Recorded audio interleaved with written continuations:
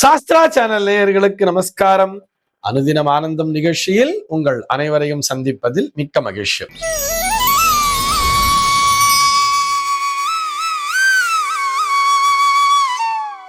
இன்று 10/1/2026 இந்த நாள் குறித்து பஞ்சாங்கம் என்ன சொல்றதுன்னு பார்க்கலாம் வாங்கோ. இன்றைய தினம் விஸ்வாவசு மார்கழி மாதம் 26ஆம் தேதி சனிக்கிழமை. திதி பார்த்தோம்னா தேய்பிரை சப்தமி திதி காலை 8:24 வரைக்கும் இருக்கு. அதனைத் தொடர்ந்து தேய்பிரை அஷ்டமி திதியானது வந்து விடுகிறது. இன்னைக்கு நட்சத்திரம் பார்த்தோம்னா ஹஸ்தம் நட்சத்திரம் மதியம் 3:38 வரைக்கும் இருக்கு. அதனைத் தொடர்ந்து சித்திரை நட்சத்திரம் என்பதும் வந்து விடுகிறது. இந்த நாள் முழுவதுமே ஒரு மரண யோகம் கூடிய நாளாக அமைந்திருக்கிறது. இது போக பஞ்சாங்கத்திலே வரக்கூடிய யோகம் அப்படின்னு சொல்லி பார்த்தோம்னா இன்றைக்கு அதிகண்டம் அப்படிங்கிற ஒரு நாம யோகத்தை கொடுத்திருக்கா. கரணம் பார்த்தோம்னா பவம் அப்படிங்கிற ஒரு கரணம் காலையில 8:24 வரைக்கும் இருக்கு. அதனைத் தொடர்ந்து பாலவம் அப்படிங்கிற ஒரு கரணமானது வந்து விடுகிறது. இந்த நாளானது ஒரு சமநோக்கு நாளாக அமைந்திருக்கிறது. இன்னைக்கு என்ன ஸ்பெஷல் அப்படின்னு சொல்லி பார்த்தோம்னா இன்றைய தினம் பஞ்சாங்கத்திலே அஷ்டகா அப்படிங்கிறத கொடுத்திருப்பா. நாளைக்கு அன்வஷ்டகா அப்படிங்கிறதும் வரும். இந்த நாட்கள் முன்னோர் வழிபாட்டிற்குரிய நாட்களாக அமைந்திருக்கிறது. ஒரு வருடத்திலே 96 நாட்கள் முன்னோர் வழிபாட்டிற்குரிய நாட்கள் அடிக்கடி சொல்லிட்டு இருக்கோம் இல்லையா, ஷண்ணவத்தின்னு சொல்லுவா. அந்த வரிசையிலே இந்த நாளும் ஒரு நாளாக அமைந்திருக்கிறது. இது போக இன்றைய தினம் சுவாமி விவேகானந்தரனுடைய பிறந்த நாளாகவும் அமைந்திருக்கிறது. சென்னையை பொறுத்தவரை இன்றைய தினத்தினுடைய சூரிய உதயம் என்பது காலை 6:37 சூரிய அஸ்தமனம் என்பது மாலை 5:54 சந்திர அஸ்தமனம் என்பது பகல் 11:41 சந்திர உதயம் என்பது இரவு 12:16 சம்பவிக்கிறது.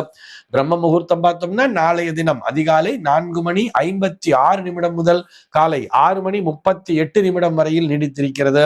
சென்னையை பொறுத்தவரை இன்றைய தினத்தினுடைய ராகு காலம் என்பது காலை 9:27 முதல் பகல் 10:51 வரையிலும், யமகண்டம் என்பது மதியம் 1:41 முதல் 3:05 வரையிலும், குளிகை காலம் என்பது காலை 6:37 முதல் 8:02 வரையிலும் சம்பவிக்கிறது.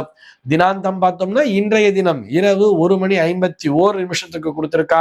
சூலம் பார்த்தோம்னா இன்றைக்கு கிழக்கே சூலம் காலை 9:38 வரையில் அந்த சூல தோஷம் என்பது உண்டு. அதற்குரிய பரிகாரமாக தயிர் அருந்திவிட்டு கிழக்கு திசையை நோக்கி பயணிக்கலாம் அப்படிங்கிறதையும் சொல்லி இருக்கா. இன்றைய தினத்தினுடைய ஆன்மீக தகவலாக, இதை ஆன்மீக தகவல் சொல்றதை விட ஜோதிட தகவல் அப்படின்னு தான் சொல்லணும். ஒவ்வொரு சனிக்கிழமையினாலுமே நம்ம மெடிக்கல் அஸ்ட்ராலஜி அப்படிங்கிற தலைப்புல பார்த்துட்டு வரோம் இல்லையா, அந்த வரிசையிலே இன்னைக்கு என்ன பார்க்க போறோம் சொல்லி பார்த்தோம்னா இந்த பரம்பரை நோய் அப்படின்னு சொல்றா இல்லையா, இந்த பரம்பரை நோய் என்பதை இந்த ஜாதகத்தின் மூலமாக அறிந்து கொள்ள இயலுமா அப்படிங்கிற ஒரு கேள்விக்கான விடையைத்தான் பார்க்க போகிறோம். நிச்சயமாக பரம்பரை நோய் என்பதை ஜாதகத்தின் மூலமாக அறிந்து கொள்ள முடியும். இதுல பரம்பரை நோய்னு ஒண்ணு இருக்கா அப்படின்னு சொல்லி கேட்டா, இப்ப நம்மளே கூட சொல்லுவோம் தெரியுமா, உங்க அப்பாவுக்கு சுகர் இருக்கா, அம்மாவுக்கு சுகர் இருக்கான்னா டாக்டர் கேட்பா, நமக்கு அப்பா அம்மாக்கெல்லாம் சுகர் இருந்தா உங்களுக்கும் கண்டிப்பா வரும் அப்படிங்கிற மாதிரிலாம் சொல்லியிருப்பா. இல்ல உங்க வீட்டுல யாருக்கா தாத்தா பாட்டிக்கெல்லாம் இந்த மாதிரி பிரச்சனை இருந்ததா, உடம்புல ஒரு கொழுப்பு கட்டி அப்படிங்கிறது வந்துட்டு இருக்கு, எங்கேருந்து வந்ததுன்னே தெரியல அப்படின்னு சொல்லும் பொழுது சொல்லுவா, உங்க வீட்டுல தாத்தா பாட்டிக்கெல்லாம் இருந்திருக்கா, அது மாதிரி இருந்தா இது ஜெனிஷியரே இது வரக்கூடிய விஷயம் தான் அப்படின்னு சொல்றா இல்லையா. ஜெனட்டிக்கலி வந்திருக்கும் அப்படின்னு சொன்னாலே இது ஒரு பரம்பரை வியாதி என்பது தானே. இது வியாதின்னு சொல்றதை விட குறைபாடு அப்படிங்கிற மாதிரி தான் சொல்லணுமே தவிர இது நோய் அப்படிங்கிற மாதிரி சொல்ல முடியாது. இப்படி பரம்பரையாக வரக்கூடிய விஷயங்களை கண்டிப்பாக நாம் ஜாதகத்தின் மூலமாக அறிந்து கொள்ள முடியும்.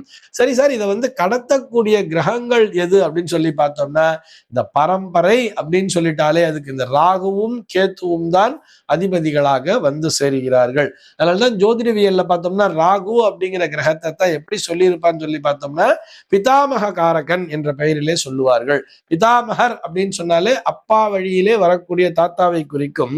அப்பா வழி தாத்தா மட்டுமல்ல, அந்த பரம்பரையை பற்றி பேசுவது, அப்பா வழி பரம்பரையை பற்றி பேசுவது ராகு என்கின்ற கிரகம். அதே மாதிரி கேது என்கின்ற கிரகம் தான் தாயார் வழி அந்த பரம்பரையை பற்றி பேசும். அதாவது மாதாமக காரகன் என்ற பெயரிலே அதனை சொல்கிறார்கள். இந்த ராகு கேத்துவை தான் பார்த்தோம்னா நமக்கு அந்த மெடிக்கல் அஸ்ட்ராலஜில பார்த்தா இப்படி 2 பாம்புகள் மாதிரி பின்னிட்டு இருக்கிற மாதிரி போட்டிருப்பா. அந்த மெடிக்கலி நம்ம அதை செக் பண்ணி பார்த்தோம்னா அதைத்தான் பார்த்தோம்னா டிஎன்ஏ ஆர்என்ஏ என்ற பெயர்கள் கூட சொல்லுவார்கள் தெரியுமா. Deoxy ribo nucleic acid, ribo nucleic acid எல்லாம் பேர் வச்சிருப்பா. இந்த டிஎன்ஏ மூலக்கூறு நம்ம போய் ஆராய்ந்து பார்க்கும் பொழுது அது மைக்ரோஸ்கோப்ல எப்படி தெரியும்னா பாம்புகள் போலத்தான் தெரியும். அப்படித்தான் இந்த ராகுவையும் கேதுவையும் உருவகப்படுத்தி வைத்திருப்பார்கள். இதுதான் நமக்கு கடத்தி கொண்டு வருகிறது அப்படிங்கிறதையும் சொல்லியிருப்பார். ஒரு 9ஆம் பாவகத்துல ஒரு சூரியன் ராகு சேர்க்கைன்னு சொன்ன உடனேயே ஜோதிடர் என்ன சொல்லுவார்னு பார்த்தோம்னா, உங்களுக்கு பித்ரு தோஷம்ங்கிறது இருக்கு, பரம்பரையிலே சாபம் என்பது இருக்கிறது, அதனாலதான் உங்களுக்கு இந்த வியாதி வந்திருக்கு, நீங்க போய் திலஹோமம் பண்ணுங்க, அது பண்ணுங்க, இது பண்ணுங்கிற மாதிரிலாம் சொல்லி இருப்பா தெரியுமா. ஜோதிடத்தை பொறுத்தவரை அவர்களுக்கு இதை மெடிக்கல் அஸ்ட்ராலஜி, அது மெடிக்கலை கம்பைன் பண்ணி பார்க்க தெரியாது. ஆனால் 9ஆம் பாவகம் என்பது பித்ருஸ்தானம். அங்கே பித்ருகாரகன் சூரியனோடு இந்த பிதாமக காரகன் ராகு என்கின்ற கிரகமும் இணையும் பொழுது இந்த சூரியன் ராகு சேர்க்கைங்கிறது அந்த இடத்துல இருக்கு. அந்த வழியில உங்களுக்கு ஏதோ பிரச்சனை இருக்கு. அதே மாதிரி நமக்கு அதே 9லயோ அல்ல 10லயோ சந்திரன் கேது சேர்க்கைங்கிறது இருக்கு. சந்திரனும் கேதுவும் ஒன்றாக இணைந்திருக்கிறார்கள். அம்மா வழியில உங்களுக்கு ஏதோ பிரச்சனைங்கிறது இருக்கு அப்படிங்கிறதெல்லாம் எடுத்து சொல்லுவா தெரியுமா. இது இதன் அடிப்படையில் தான் அப்படிங்கிறத சொல்றோம். ஆனால் 9ஆம் பாவத்தில் இருந்தால் தோஷம் அப்படின்னு சொல்றதை விட நமக்கு நோயினை தரக்கூடிய 6ஆம் பாவகத்திலே இருந்தால்தான் இதுபோல் பரம்பரையிலிருந்து வியாதியானது கடத்தப்படுகிறது தெரிஞ்சுக்கலாம். ஒரு 6ல ராகு இருக்கார் அல்லது 6ஆம் பாவத்துல கேத்து இருக்காருன்னு சொன்னா அவர்களுக்கு வரக்கூடிய அந்த குறைபாடு என்பது அவருடைய பரம்பரையிலே ஏற்கனவே இருப்பதாகத்தான் இருக்கும். அதுவும் 6ஆம் பாவகத்திலே ஒரு சூரியனுடைய சாரம் பெற்றோ அல்லது சந்திரனுடைய சாரம் பெற்றோ இருந்தாலும் நம்மால் அதை தீர்மானிக்க முடியும் சொல்றேன். ஒரு சில பேருக்கு பார்த்தோம்னா அவங்க தாய் மாமாவுக்கு இருக்கும் இந்த உடம்பெல்லாம் கொழுப்பு கட்டி ஓடுறது அப்படிங்கிற விஷயம் எல்லாம் சொல்றா இல்லையா. அதே மாதிரி இவர்களுக்கும் அமைந்திருக்கும். இதெல்லாம் இருக்கு அப்படின்னு சொன்னாலே அங்கே அந்த பரம்பரையிலே அது சம்பந்தப்பட்ட தொடர்பு என்பது நீடித்து கொண்டிருக்கிறது அப்படிங்கிறத நம்மளால தெரிஞ்சுக்க முடியும்.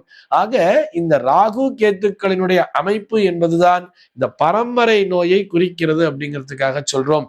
இது போக 9ஆம் பாவகம் மற்றும் 4ஆம் பாவகத்தில் இருக்கக்கூடிய அந்த அதிபதிகள் சென்று 6லே அமர்ந்தாலும் 6, 8 அல்லது 12ஆம் பாவகத்திலே அமர்ந்திருந்தால் அந்த பரம்பரை சார்ந்த நோய்கள் இவர்களை தாக்கக்கூடும் அப்படிங்கிறதையும் சொல்லலாம். ஒரு சில பேருக்கு பார்த்தோம்னா இந்த நர்வஸ் சிஸ்டம் அப்படிங்கிறது ரொம்ப வீக்கா இருக்கும். நர்வஸ் சிஸ்டம் வீக்கா இருக்கும், கால்கள் அப்படியே வீங்கி போயிட்டே இருக்கும் ரொம்ப பெருசா. இந்த மாதிரி ஏன் வீங்குதுன்னு கேட்டா சொல்லுவா, எங்க பாட்டிக்கு அப்படிதான் வீங்கும், எங்க தாத்தாக்கு வீங்கும், அப்படிதான் கால் வீங்கிண்டே போகும் அப்படிங்கிற மாதிரி எல்லாம் சொல்லுவா தெரியுமா. இதையும் நாம் அவர்களுடைய ஜாதகத்தை ஒப்பிட்டு பார்த்து அறிந்து கொள்ள முடியும் அப்படிங்கிறதுக்காக சொல்றோம். நிறைய விஷயங்கள் இது எல்லாமே ஆய்விற்கு உட்பட்டது. அதுக்காகத்தான் நான் எல்லாருக்கும் என்ன சொல்றதுன்னு சொன்னா, குறிப்பாக இளம் தலைமுறையினருக்கு சொல்லக்கூடியது என்னன்னா, எல்லோருமே ஜோதிடவியலை கற்றுக்கொள்ள வேண்டும். பேசிக்கலா அது கூட எப்படி அறிவியல் பூர்வமாக கற்றுக்கொள்ள வேண்டும். பாக்கி பரிகாரம் பிராயச்சித்தம் இதுக்குள்ளலாம் நம்ம போக வேண்டாம். அதெல்லாம் ஆன்மீகம் சார்ந்த நம்பிக்கை, அது தனியான ஒரு விஷயம். அதை இங்க கொண்டு வந்து லிங்க் பண்ணாம ஜோதிடம் என்பது அறிவியல் என்ற கணக்கோடு நாம் கற்றுக்கொண்டோமையானால் நம்ம கத்துண்டு என்ன பண்ணணும், நம்ம வீட்டில் இருக்கக்கூடிய பெரியவர்களுடைய ஜாதகத்தோடு நம்முடைய ஜாதகத்தையும் ஒப்பிட்டு பார்க்க வேண்டும். நிச்சயமாக அதற்குள்ளாக ஒரு ஒற்றுமை இருப்பதை பார்க்க முடியும். அடியேன் எத்தனையோ ஜாதகங்கள் அந்த மாதிரி பார்த்திருக்கேன். தாத்தா, அப்பா, பேரன் சொல்லிட்டு இவர்கள் 3 பேருக்குமே ஒரே விதமான அமைப்பு என்பது தொடர்ந்து கொண்டே இருக்கும். இதைத்தான் அந்த பரம்பரை டச்சுன்னு சொல்றோம். இதைத்தான் அந்த ஜெனட்டிக்ஸ் அப்படிங்கிற விஷயமும் பேசுறது. நீங்க அப்படியே ஜெனட்டிக்ஸ்ல போய் பாருங்களேன். பேசிக்கலா +2 படிக்கிற பசங்க கூட பார்க்கலாம். Monohybrid cross, dihybrid cross எல்லாம் போட்டிருப்பா. இதுல எப்படி இந்த XX, YY இதெல்லாம் XY இதெல்லாம் எப்படி இங்கிருந்து வருகிறது, எந்த மாதிரி குரோமோசோம் இது கடத்திட்டு வருது, இங்கிருந்து இது கடத்திட்டு வந்திருக்குங்கிறது நம்ம ஜோதிடவியலோடும் ஒப்பிட்டு பார்க்க முடியும் அப்படிங்கிறதுக்காக சொல்லிக்கிறோம். இந்த தகவலோடு இன்றைய தினம் நான் உங்களிடமிருந்து விடைபெற்றுக் கொள்கிறேன். மீண்டும் உங்கள் அனைவரையும் நாளைய தினம் ஒரு சுவாரஸ்யமான தகவலோடு சந்திக்கிறேன். அன்பர்கள் அனைவருக்கும் அனுதினமும் ஆனந்தமாய் அமைய பிரார்த்திக்கிறேன்.